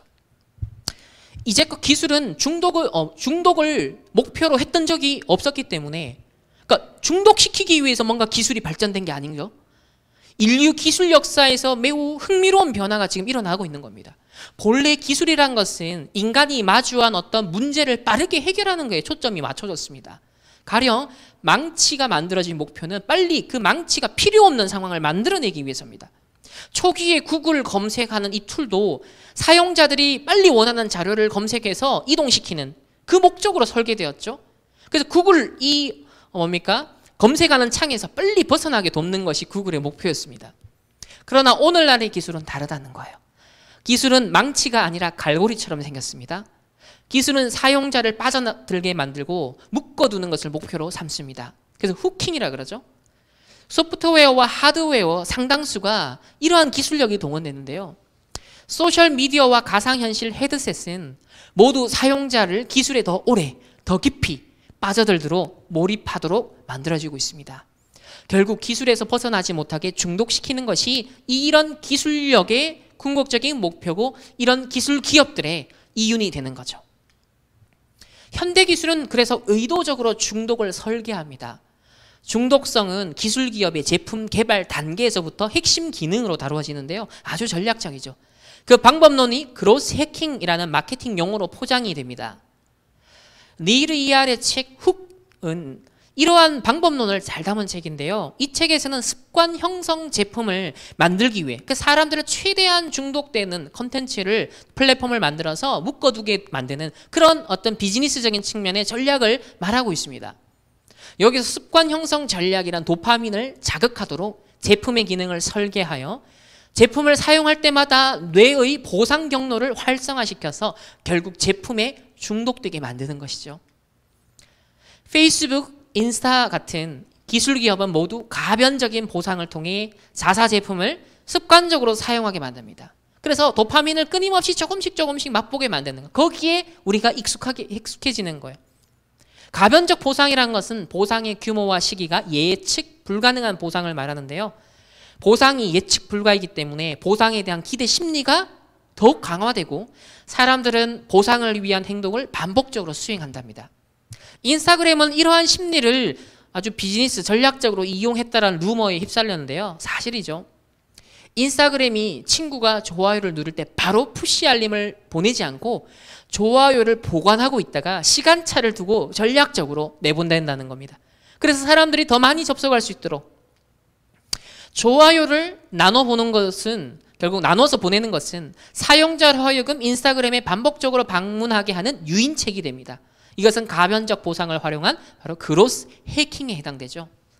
중독 기술은 우리를 끊임없이 초조하고 불안하게 만듭니다. 중독 기술의 악 영향은 기술 업계의 당사자들마저도 이제는 인정하고 있는데요. 페이스북의 초기 이사회 의장이었던 션 파커는 이렇게 말합니다. 소셜미디어가 우리 아이들의 두뇌에 어떤 영향을 미칠지는 오직 신만이 알고 있을 거다. 소셜미디어를 통해 사회적 안정을 얻으려는 욕구와 행동이 이제 위험 수준에 이르고 있다. 아울러 우리의 관심을 끊임없이 사로잡는 스마트폰의 푸시 알림과 메시지 같은 행동 유도 기능은요, 개인의 집중력을 심각하게 저하시킵니다. 캘리포니아 어바인 대학교의 연구 결과에 따르면 우리가 방해를 받은 뒤 원래의 집중력을 복구하는 데 23분이 평균적으로 소요됩니다. 업무 중에 이메일을 확인하고 페이스북 알림을 확인하려고 1분을 쓴다면 사실상 우리가 1분을 쓰는 것이 아니라 24분을 소모하게 된다는 거죠. 흥미롭게도 인간은 이러한 외부적인 방해를 받으면 받을수록 스스로 더 집중력을 흐리게 만드는 경향을 강화시킨다라고 학자들이 발표를 하고 있습니다. 같은 연구에 따르면 3분에 한 번씩 우리는 딴짓을 한대요. 관심의 경제학이라는 것이 부상하면서 중독적인 기술이 등장하는데요. 경제학자 허버트 사이먼이 처음 정의한 이 개념은 사람의 관심이 곧 돈이 되는 경제 시스템, 관심, 시간을 획득하기 위해 기업들이 결국 경쟁하는 경제 시스템을 말합니다. 사이먼이 셀 수 없이 많은 미디어 서비스 콘텐츠가 스스로에 대한 관심을 넘어 이제는 중독시키기 위해 경쟁하는 지금의 상황을 보았더라면 아마 관심의 경제학을 넘어 중독의 경제학이다, 그렇게 표현했을 겁니다. 거대한 이런 기술 기업들은 사람들이 아무 생각 없이 그저 정보와 오락거리를 무의식적으로 찾게 만드는 동시에 사람들이 욕망하는 것과 싫어하는 것이 무엇인지를 철저하게 분석을 해서 총망라하는 거대한 리스트를 만들고 있습니다. 각 개인이 매일 결정하고 또 크고 작은 선택들을 자동화하고 있는 거죠. 어떤 뉴스를 읽을지, 어떤 물건을 살지, 어떤 길로 이동할지, 어떤 친구를 사귈지 등 섬세한 알고리즘이 제안해 줍니다. 미국의 62% 소셜미디어를 통해서 뉴스를 접하는데요. 그중에 대부분이 페이스북을 통해 접한다고 합니다. 미디어 사이트에서 발행하는 트래픽의 3분의 1이 구글을 통해 들어오는데요. 그 결과 이런 미디어는 철저하게 기술 기업들에게 수입을 의존하는 구조가 만들어집니다. 이제 기존에 그래도 권력을 많이 누렸던 미디어 기업들은 생존을 위해서 구글과 페이스북과 같은 이런 알고리즘에 맞춰서 쉽게 발견될 수 있는 방법을 고민하는 거죠. 미국에서 가장 중요한 뉴스 공급자들도 클릭수를 올리기 위해서 선정주의를 마다하지 않고 진위가 의심스러운 기사를 굉장히 음모와 선동을 퍼뜨리는 그러한 기사와 사람들에게 관심을 몰아다 줍니다. 페이스북과 구글 등 가상세계는 사실과 거짓을 가르는 경계가 사라져버렸기 때문에 거짓 정보가 전염병처럼 급속도로 광범하게 퍼져나가는 세상이 된 거죠. 그래서 가치관, 세계관, 우리 랩런트들의 또 우리 기성세대의 생각과 마음을 파고들고 있습니다. 수집한 데이터를 이용해 각 개인들이 지닌 세계관, 가치관, 관심사의 초상화가 만들어지고 이것을 이용하여서 대중의 행동을, 심지어 개인의 행동까지도 눈에 띄지 않게 유도해서 수익을 창출할 수 있는 구조인 거죠. 이제는 친구들끼리 모여도 가족끼리 모여도 스마트폰을 가지고서 보내는 시간이 굉장히 많습니다. 부부 사이에도 스마트폰이 어떤 면에서 장벽으로 지금 놓여있는, 심지어는 자녀 교육에 있어서도 예외가 아니에요. 2013년 개봉된 영화 그녀에서 남자 주인공은 인공지능 사만다와 대화를 하다가 사랑에 빠집니다. 사만다는 동시에 수천 명과 대화를 했고 동시에 수백 명과 사랑에 빠졌다는 설정인데요. 물론 영화입니다. 인간 대 인간의 관계와 실제 내용은 다를지 모르지만 앞으로 인간과 인공지능 로봇 간의 일종의 인격적 관계, 정서적 교감이 이루어질 수도 있다라고 지금 전문인들은 보고 있습니다. 하지만 가상의 자아와 현실의 자아 사이에 모순이 생길 때 심리학적 용어로 인지 부조화를 경험하고 정서적인 불안 상태, 정체성 혼란, 인간관계 갈등, 판단 기준의 변화 등을 경험하면서 심하면 우울증도 겪게 된다는 거죠. 왜 그럴까요? 결국 창세기 3장, 6장, 11장의 내용이 탑재된 콘텐츠와 그런 동기가 숨어있는 많은 것들이 우리가 보고 듣고 읽는 많은 플랫폼을 가득 채우는 것들을 사실 좌지우지하고 있기 때문인 거죠. 그것이 생각과 마음, 우리 영적 상태에 영향을 당연히 미칩니다. 인터넷 중독은 특정한 두뇌 이상과 혈류 변화와 연관되어 있는데요.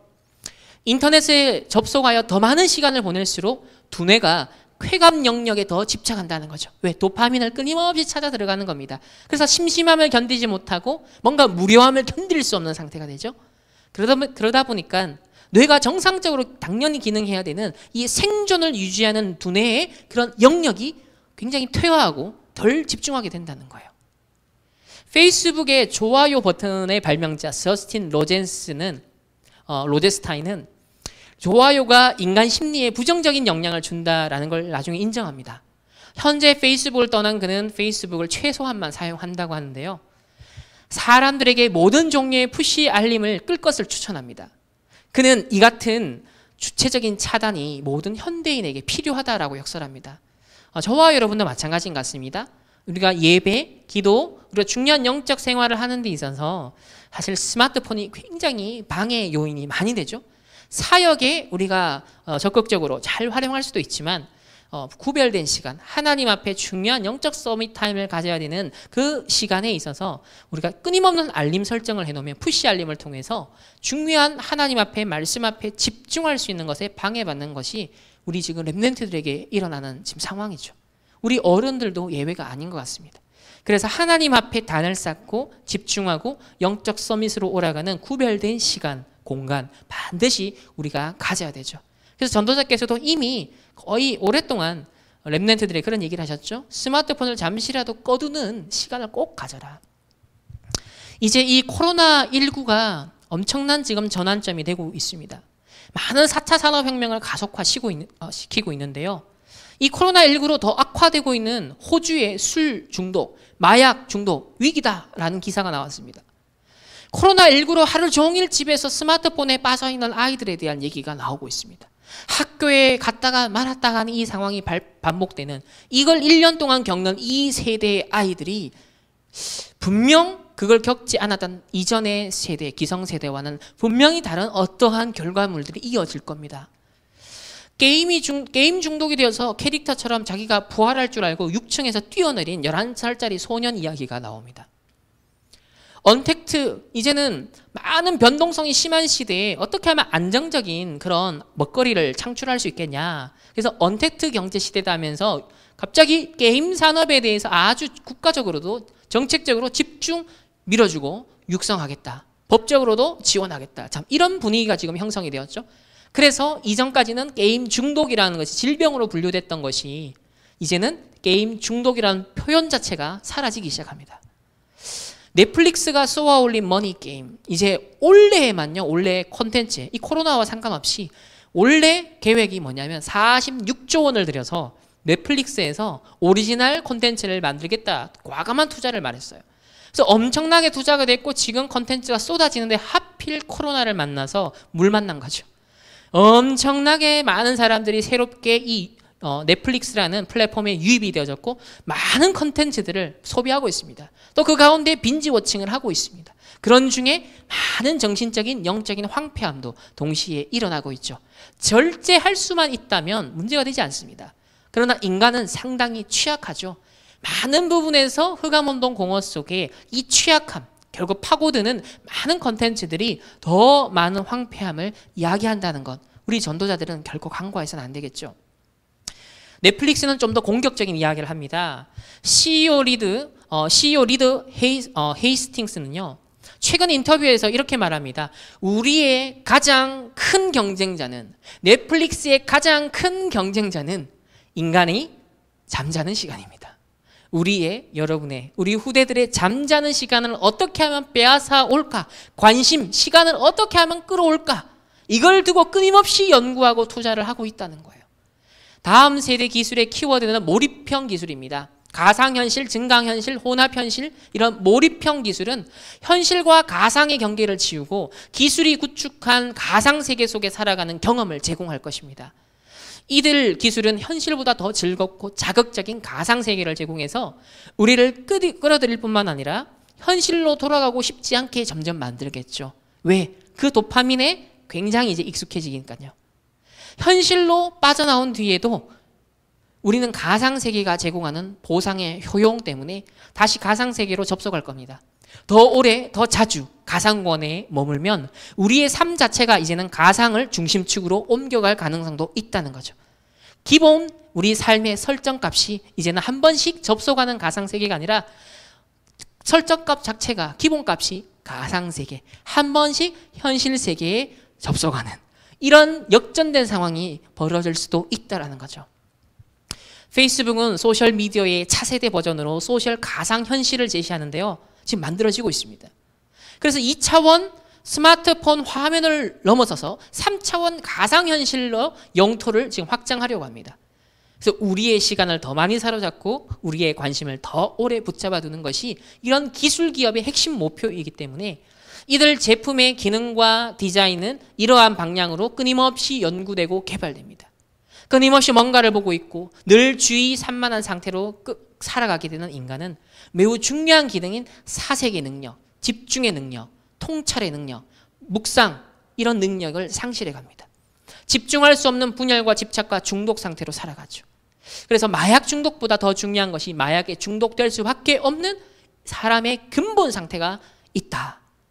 결국 성경은 하나님의 형상대로 창조된 인간이 범죄하여 하나님과의 관계가 단절되었음을 증언하는데요. 하나님 떠난 모든 사람은 본질적으로 혼돈과 공허와 흑암의 영적 상태에 직면합니다. 결국 인간의 영적 상태와 삶의 상태가 황폐화되어가는 이 현상이 가속화되고 전 세계적으로 동시화되고 있습니다. 세대를 초월하여 국가와 민족을 초월하여 237 비슷한 문제와 상태로 수렴에 들어가고 있다는 거죠. 하라리는 인간이 미래의 호모 데우스라는 새로운 종으로 진화하는 과정에서 이제 신이 되는 인간이 된다는 거죠. 업그레이드된 인간이 된다는 거예요. 진화하지 못한 경쟁력을 잃고 도태되는 수많은 평범한 사람들이 생겨날 것이다.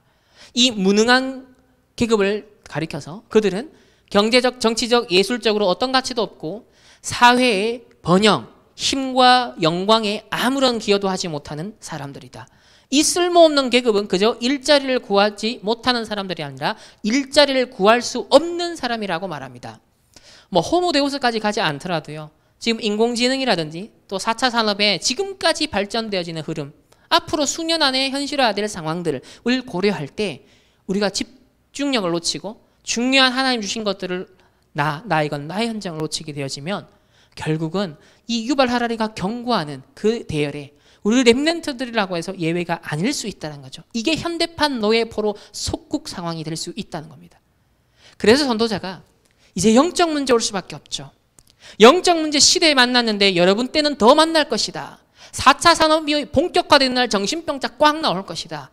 여러분 때가 오면 오히려 교수님들이 돌아서 여러분에게 치료받으러 올 것이다. 엄청난 문제의 위기가 오지만 많은 사람들이 중독되고 황폐되어 가고 무능에 빠지지만 그래서 반대로 복음의 빛을 가지고 바라고 있으면 중요한 답을 갖고 시스템을 구축하고 있으면 그 현장으로 치료받을 수밖에 없는 치유를 원하는 그래서 어떤 면에서 21세기에 정말 이 복음운동 전도운동이 새롭게 부흥운동으로 일어날 수도 있다는 거죠. 예수 그리스도로부터 위임된 초대교회의 영적 치유 전도는요. 이 사도 시대뿐만 아니라 거의 4세기에 이르기까지 교회의 주요 전도 방법으로 적용이 되었습니다. 이것은 결국 로마 제국을 복음화시키는 주요 지렛대가 되었는데요. 아돌프 하르낙이라는 이 신학자는 기독교 선교가 초대교회로부터 오늘날까지 광범하게 확장된 근본 이유에 대해서 그리스도인들이 영적 전쟁에서 귀신을 추방하고 병자들을 치유하는 하나님의 탁월한 무기를 소유하기 때문이다라고 바르게 지적을 합니다. 고대 로마 제국은 귀신들에게 심각하게 시달리던 세계였습니다. 빵과 서커스, 육신적인 의식주 문제만 해결하는 그런 로마 강대국이 결코 해결할 수 없었던 숨은 영적 문제, 정신 문제가 가득했죠. 광대한 제국은 결국 복음의 능력 속에서 치유 전도에 의해서 조용히 정복되어 갔던 것입니다. 그래서 이 많은 위기인 것 같으나 우리 전도자들에게는 절호의 치유에 중요한 응답들을 우리가 현장화할 수 있는 기회가 오고 있다는 거죠. 다음으로 서밋 시대인데요. 창세기 6장 4절 6절에 당시에 땅에는 네피림이 있었고 그들은 용사라 고대의 명성 있는 사람들이었더라. 고대 세계에 창세기 6장 그 당시에 서밋들이 나옵니다. 세상 서밋들.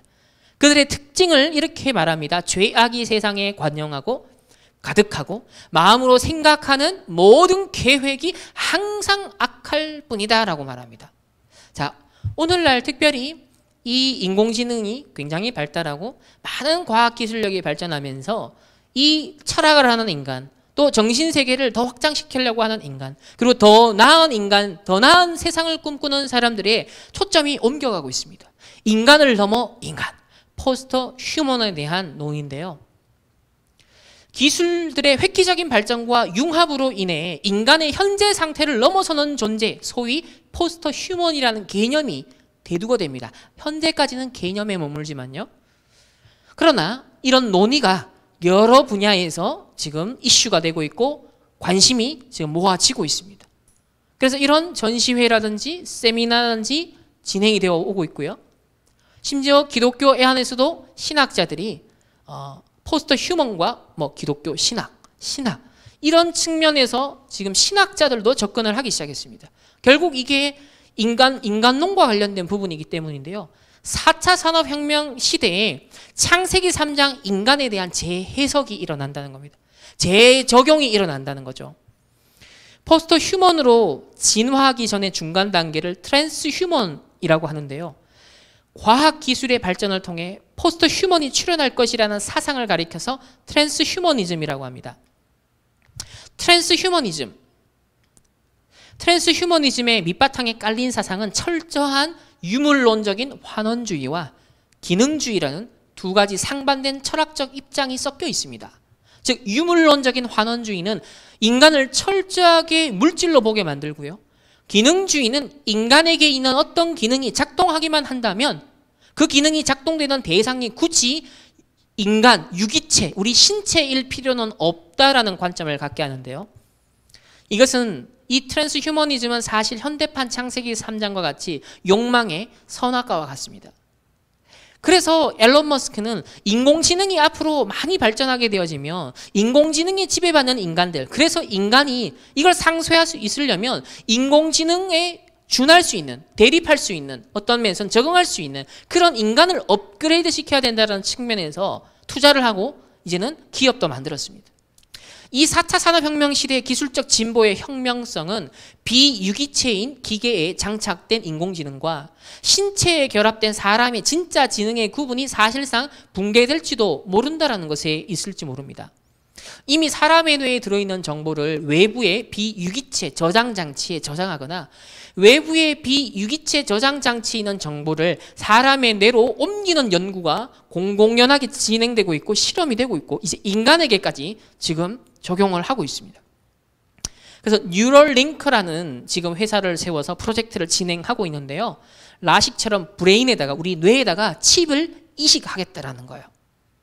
과학기술의 발전을 통해 기아, 질병, 전쟁을 통제하는 데 어느 정도 성공한 현재 인류에게 주어진 중요한 미션은 바로 호모 사피엔스, 지금까지 자연 발생적으로 진화해왔다라는 이제 관점에서 호모 사피엔스를 이제는 적극적으로, 인위적으로, 의도적으로 호모 데우스, 인간의 신으로 업그레이드 시켜야 된다라는 논의가 일어나는데요.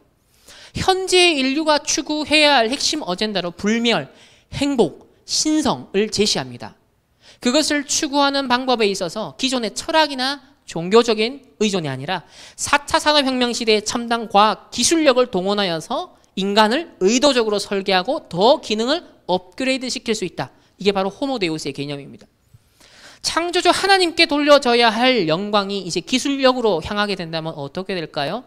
역사와 성경은 증가하길 끊임없이 바벨탑과 네피림 시대는 도래했는데요. 최첨단 기술은 문화명령의 수행 결과로 산출된 유용한 열매 수준으로 그치지 않고 역으로 우상이 될 가능성도 크다라는 것도 우리가 함께 볼 수 있어야겠죠. 인류는 과연 인공지능을 새로운 신으로 숭배할 것인가? 인공지능 신을 섬기는 교회가 이 실리콘밸리에 어떤 단체가 생겨났다고 합니다. AI로 생성한 기도문 낭송하는 로봇 입 공개.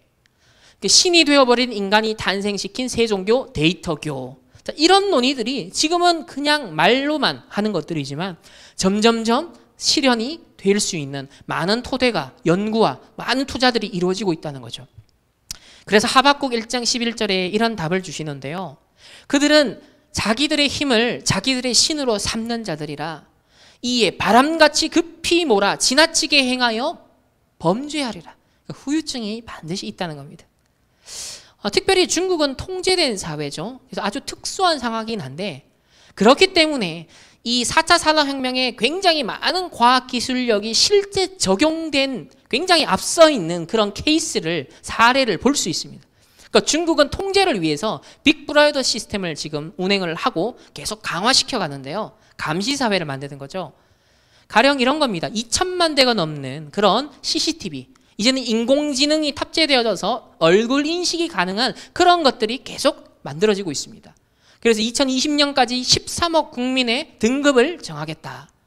무단횡단을 하는 보행자가 고해상도 카메라에 찍히면요, 얼굴 인식 기능을 통해 신분을 확인하고, 신분이 확인되면 그 사진이 길거리에 설치된 스크린에 게시되기도 한다는 거예요. 그래서 낮은 점수를 받은 사람들은 그에 따른 대가와 제한을 감수한다. 그래서 기차와 비행기 티켓을 최소 1년 동안 구매할 수 없는 불이익을 주는, 그래서 이제 기독교인으로 만약에 들키게 된다든지 금지한 종교 활동을 한다든지 하면 이런 사회적인 불이익을 감당해야 되는 상황, 이게 이제 적용할 수 있는 빅브러더 시스템이 중국은 이미 구축되고 더 강화되어 가고 있습니다. 그러면 중국이라는 어떤 면에서는 큰 서밋 시스템이잖아요. 어떤 큰 서밋 소수들이, 지배자들이 전체를 통제할 수 있는, 지금 소수가 통제할 수 있는 그런 효율적인 시스템이 만들어졌다는 건데요. 그래서 지금 각 실리콘밸리라든지 4차 산업의 주역이 되고 있는 많은 기술 기업들도 전 세계의 이런 흐름을 앞서가기 위해서 서밋 교육기관을 만듭니다. 그 대표적인 예가 바로 싱귤레리티 대학인데요. 구글과 나사가 합쳐서 만든, 이 레이 커즈와일이 만든 그런 대학입니다. 여기 보면 Singularity University Global Summit, 그러니까 이들도 서밋 모임을 하고 있습니다. 그래서 이 싱귤레리티 대학을 이수하고 또 세상의 가장 탑 레벨에 있는 4차 산업혁명 시대의 선도주자가 될 그런 미래의 역량 있는 인재들을 키워내겠다. 인공지능을 오히려 이끌어갈 수 있고 설계할 수 있고 디자인할 수 있는 그런 탑 서밋들을 만들겠다라는 프로젝트죠. 그래서 주요 동기부여, 집중연구, 사례연구, 창업 아이디어 구체화 등 10주짜리 코스를 만들어서 이렇게 집중 교육을 하는 그런 프로그램이 진행됩니다. 이렇게 이수하면 이렇게 또 축하를 하고, 그래서 저는 우리 단체에도 지금 서밋 포럼이라든지 서밋 클럽이라든지 중요한 우리 중직자들과 산업인과 전문인, 전도자들이 함께 원내스 되어서 우리 후대들이 중요한 언약을 잡고 이 언약의 여정을 가지고 이 4차 산업혁명 시대에 주도할 수 있는, 또 그 시대의 빈틈에 후유증을 정말 대비할 수 있는 그런 전도자로, 선교사로 하나님은 준비하고 계심을 믿습니다. 그래서 특별히 서밋이라 했을 때는 결국 하나님의 형상을 온전히 회복하는 것이야말로 진정한 서밋인데요. 신학적으로는 하나님의 형상이라는 개념을 크게 세 가지 측면이 있습니다. 좁은 의미에서 그리스도의 십자가 대속 사역으로 말미암아 우리가 그리스도를 믿음으로 말미암아 그리스도의 그 의와 진리의 거룩함을, 그죠? 우리가 얻게 되었죠. 넓은 의미의 하나님의 형상은 하나님의 형상이 창세기 3장 때문에 깨어졌지만 완전히 상실되진 않았습니다. 그래서 죄에 물들어 있지만 창세기 3장, 6장, 11장의 죄의 종노릇했지만 그래도 지성, 감성, 의지, 언어, 도덕적인 능력은 남아 있었어요. 그러니까 죄의 종노릇할 뿐인 것이었죠.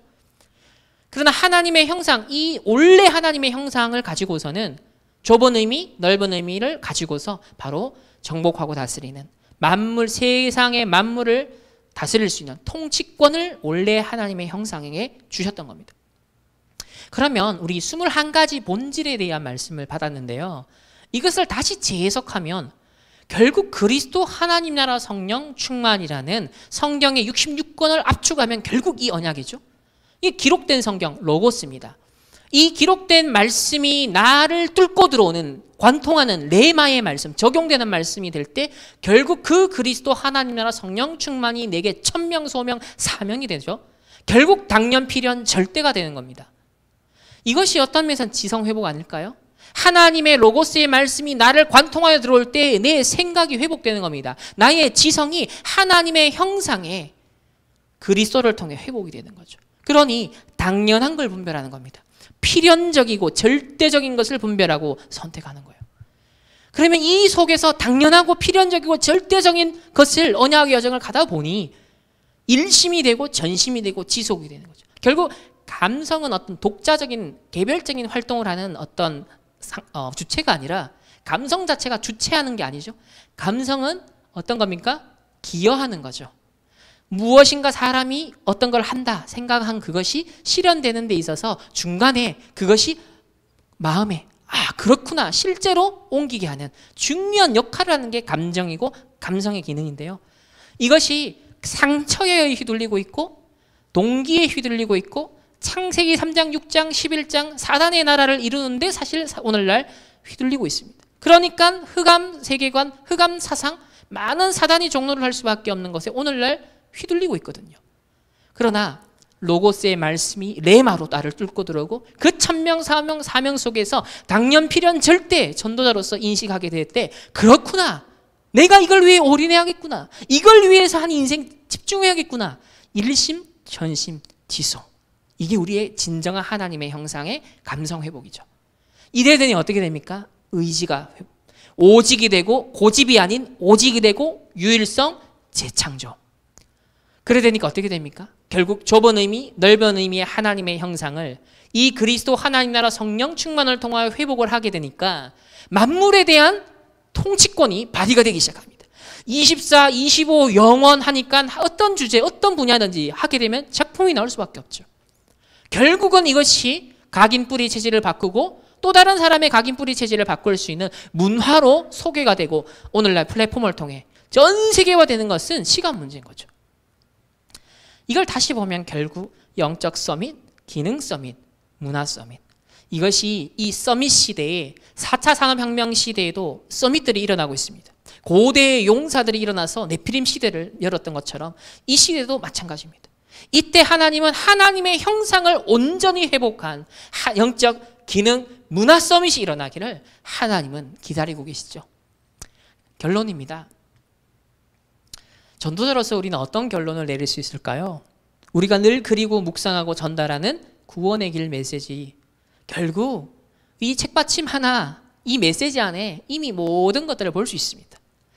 하나님의 형상대로 지음받은 그 인간, 하나님과 함께하고 예배하며 행복을 누리던 인간이 하나님을 떠났습니다. 그 비극이 결국 모든 문제의 원인이 되었죠. 그래서 인간이 거기서부터 빠져나가기 위해서 몸부림을 칩니다. 그 결과가 사도행전 13, 16, 19장으로 나타나죠. 그래서 인간의 방법론이 대두가 되는데요. 마술, 점술, 우상, 종교, 명상, 선행, 철학, 정치, 경제, 오늘날 과학, 기술까지도, 이제는 각종 문화, 중독까지도. 어찌 보면 이 모든 것이 하나님을 떠난 인간이 자기의 수치와 자기의 약점을 가리기 위해서 빈 곳을 채우기 위해서 자신을 스스로 가렸던 무화과 나뭇잎 치마와 같은 기능을 하는 게 아닐까요? 끊임없이 또 가려야 되는, 또 말라 비틀어지면 또 가려야 되는 그런 것들이 많은 발전을 이룬 것 같으나 끊임없는 흑암운동 공허가 연속되고 반복되는 인간의 영적, 실존적 상태. 그래서 사상과 문화와 역사로 나타날 뿐이었던 거죠. 어쩌면 4차 산업혁명 시대에도 중요한 세계복음화의 지렛대가 되는 동시에 그 속에 있는 많은 사람들은 중독될 수밖에 없고 흑암운동 공허에 빠져들 수밖에 없는 취약한 상태에 있지 않을까요? 그래서 4차 산업시대에 오면서 영적으로 다 무너진다. 여기에 시대 살리는, 사람 살리는 주역에 대한 찬스가 온다. 앞으로 렘넌트 시대가 온다. 영적으로 무장하지 않으면, 기도할 줄 모르면 앞으로 아무 힘이 없어진다. 완전 기계의 종이 된다. 계속 발전하면 무시무시한 시대가 올 것이다. 4차 산업의 후유증을 막는 기도 계획과 시스템을 세워라. 앞으로 기도할 줄 모르면 인공지능에게 망해버린다. 큰 혼란 속에 빠진다. 교회가 기도를 안 가르치고 복음을 바르게 안 가르치기 때문에 우상 숭배하는 사람들이 대들고 있다. 하나님이 우리에게 그냥 기도해라 한 게 아니다. 어마어마한 비밀을 우리에게 주셨다. 이번 주 우리 본부 1부, 2부 예배 때 과거 상처, 광야의 고통, 미래의 불안에 사로잡히면 감사가 사라지고 불평하다가 그리고 불신앙을 선택한다. 결국 영적, 정신적, 육신병이 온다. 이때 하나님이 주신 중요한 말씀이 안식년이다 그랬습니다. 지금까지 받은 모든 은혜를 집중적으로 내 것이 되도록 만드는 영적 시스템, 미래 시스템 만들어 실제 가나안 정복을 할 수 있는 영적인 능력을 길러라. 이걸 체험하고 후대에게 전달하라. 이게 바로 안식년의 아주 중요한 본질이었습니다. 즉 가나안 정복이라는 미래를 앞두고, 이 4차 산업시대라는 미래를 앞두고, 그 후유증이 예상되는 시대를 앞두고 어마어마한 흑암운동 공허가 일어날 수 있는 상황, 동시에 가나안 정복, 세계 정복의, 세계 복음화의 절호의 성취의 시간표가 올 것인데 난 만만치는 않을 것이다. 그러니 이때까지 들은 메시지, 알고 있다라고 생각하는 메시지, 그것을 진짜 내 것 되게 만드는 집중석으로. 그래서 1년간 뭐 해라? 중요한 안식년을 가져라. 이런 의미. 그럼 매일 그걸 찾고 예배 때마다 찾아라. 이런 지금 중요한 영적 시스템을 당연하고 필연적이고 절대적으로 구축하지 않으면 안 되는, 이 힘없이 가나안을 들어가면 큰일 나죠. 오히려 그게 더 큰 어려움이 될 수 있고 시달림이 될 수 있습니다. 그러면 이 4차 산업 시대의 쓰나미가 오고 있다고 하는데, 이때 우리가 어떠한 영적 서밋의 상태, 이 비밀을 가지느냐, 체험하고 후대에게 전달하느냐가 결국 이 전도운동 지속하느냐, 세계복음화 정말 끝까지 우리가 쓰임받느냐, 결국 중요한 이제 반전이 되는 거죠. 그래서 어떤 플랫폼, 어떤 교회가 필요하냐? 옛 운명을 새 운명으로 바꾸는, 끊임없이 원색 복음을 전할 수 있는 안식처 플랫폼을 만들어야 된다. 각인뿌리 체질을 바꿔주는 21가지 본질을 가지고 온전히 하나님의 형상을 회복시키는 치유 플랫폼이 있어야 된다. 그리고 참된 힘을 얻을 수 있는 5가지 기도의 비밀을 가진 이런 플랫폼, 참된 나를 발견하는 플랫폼, 7가지 달란트를 찾는 거죠. 그러면서 참된 실력을 갖추는 플랫폼 9가지 포인트를 가지고 완전 제대로 준비할 수 있도록, 대비할 수 있도록, 참된 성공으로 전도 선교를 돕는 플랫폼 20가지 성경적 전도 전략을 가지고서, 이런 플랫폼에 대한 메시지를 237 훈련 1기 때 말씀을 주셨는데요. 결국 저는 지금까지 말씀을 몇 개월간 좀 집중하는 중에 말씀을 이렇게 정리해 봤습니다. 교회의 역할 나와야 되는데, 결국 교회의 본질이 뭐냐? 4차 산업혁명 시대에 결국 이걸 도로로 삼아서 로마 복음화를 했던 것처럼 이 시대에도 이것을 기회로 삼고 중요한 세계 복음화의 미디어로, 플랫폼으로, 콘텐츠로 우리가 준비하고 활용하느냐, 결국 교회가 그걸 해야 되고요. 동시에 많은 어려움과 재앙과 영적 문제가 일어날 것인데, 이것을 대비하여서도 동시에 교회가 플랫폼과 콘텐츠를 준비해야 된다. 그러고 보니 그리스도가 왕 제사장 선지자의 3직을 감당하셨죠. 그리스도의 본질입니다. 구약과 신약 전체 결국 왕, 선지자, 제사장이었습니다. 그러면 그 그리스도가 머리 되시고 그 그리스도를 머리로 하여 그 몸을 이루고 있는 지체, 교회는요, 당연히 그리스도의 머리 되시는 그리스도의 손발 역할을 해야 되니 무슨 역할을 해야 될까요? 왕적, 선지자적, 제사장적 역할을 당연 필연 절대적으로 할 수밖에 없죠. 그러니 결국 237 치유 서밋이라는 언약이 당연한 것이고요. 인턴십, 미션, 포럼 당연한 것입니다. 말씀, 기도, 전도를 통해 인도받을 수밖에 없는, 이게 당연한 것이죠. 이것을 놓치게 되니까 왕, 제사장, 선지자, 이걸 놓치게 되니까 현장에는 3단체가 일어나서 그 역할을 대신하고 있습니다. 그래서 오히려 창세기 3장, 6장, 11장을 더 알고 모르고 퍼뜨리고 있습니다. 그래서 선교적 기업, 문화적 기업, 사회적 기업이 원래 전도 선교를 위해 주신 플랫폼인데 3단체에 빼앗겨버렸습니다.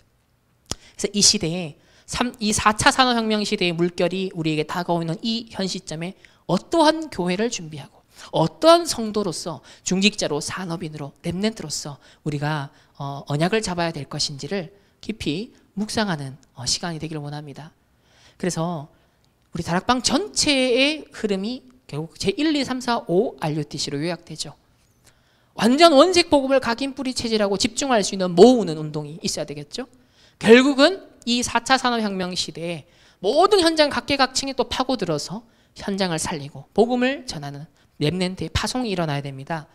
많은 현장이 어떻게 되었습니까? 중독으로, 또 많은 현장이 무너지고 있습니다.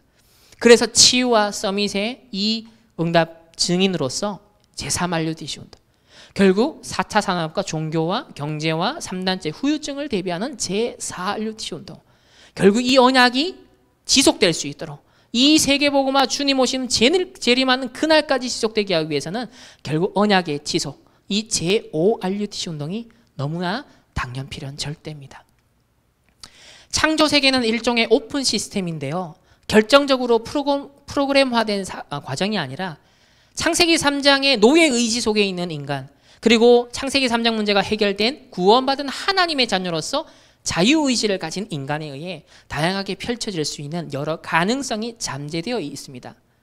우리가 본질적으로 하나님의 문화 명령을 하나님의 형상 가진 자로서 수행하는 존재라면 이게 결국 정복하고 다스리고 세계복음화를 이루는 건데요. 하나님의 창조 세계는 멈춰져 있는 것이 아니라 매우 역동적인 것입니다.